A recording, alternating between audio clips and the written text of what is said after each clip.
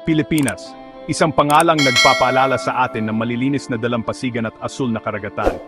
Ngunit ang ating bansa ay higit pa sa mga sikat na lugar pasyalan. Ito ay isang habi ng makukulay na kultura, nakamamanghang tanawin, at mga nakatagong yaman na naghihintay na matuklasan.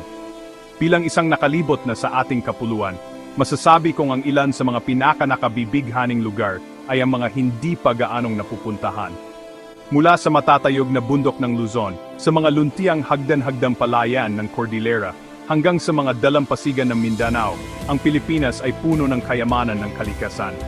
Ngunit sa likod ng mga mala postcard na tanawing ito, ay may mga nakatagong hiyas, mga lugar kung saan tila tumigil ang oras, at ang ganda ng kalikasan at kultura ay nagsasama sa perpektong pagkakatugma. Ito ang mga lugar na bumubulong ng mga kwento ng lumipas, ng mga tradisyong ipinamana sa mga salinlahi, noong mas simple ang buhay, at malakas ang koneksyon sa kalikasan. Inaanyayahan nila ang mga malakas ang loob, ang mga mausisa, at ang mga pagod na puso, na nangangako ng isang karanasang kapwa na kapagpagpapakumbaba at nakapagpapasigla. Kaya, tara na, mga kaibigan, at samahan ninyo ako sa isang paglalakbay upang tuklasin ang ilan sa mga nakatagong yaman na ito, mga lugar kung saan ang araw ay nagbibigay ng ginto at esmeralda sa tanawin, at ang buwan ay naliligo ito sa malapilak na liwanag na nagpapakita ng kakaibang mahika.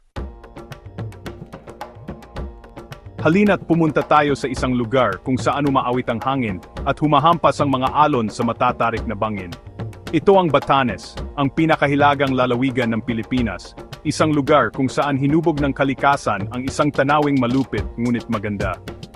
Isipin ang mga gumugulong na burol na nababalutan ng luntiang damo, na may matitibay na bahay na bato na nakatiis sa pagsubok ng panahon at mga bagyo.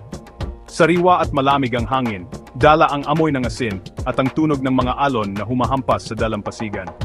Isang maaraw na hapon, natagpuan ko ang aking sarili na nakatayo sa isang bangin, nakatingin sa lawak ng karagatang Pasipiko. Hinagupit ng hangin ang aking buhok na parang may ibinubulong na sikreto, at pagkatapos, narinig ko ito, ang mahinang himig na dala ng hangin.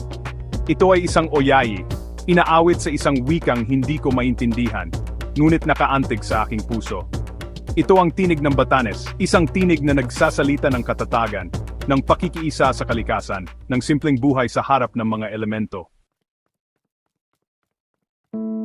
Ngayon, maglakbay tayo sa isang lugar na nababalot ng misteryo at alamat, ang Chocolate Hills ng Bohol. Isipin ang daan-daang perpektong hugis na burol na tatakpan ng damo na nagiging kulay tsokolate kapag tag-init, kaya tinawag itong Chocolate Hills. Ang lokal na alamat ay nagkukwento ng mga higante na nagbabatuhan sa galit, na lumikha ng mga kakaibang pormasyon na ito. Habang nakatayo ako sa gitna ng mga burol na ito, naliligo sa malambot na liwanag ng buwan, nakaramdam ako ng pagkamangha. Ang katahimikan ay binabasag lamang ng huni ng mga kuliglig at kaluskos ng mga dahon, at ang hangin ay puno ng amoy ng lupa at damo. Sa sandaling iyon, sa ilalim ng mapagmasid na titig ng buwan, ang alamat ng mga higante ay parang totoo, at nakaramdam ako ng koneksyon sa nakaraan.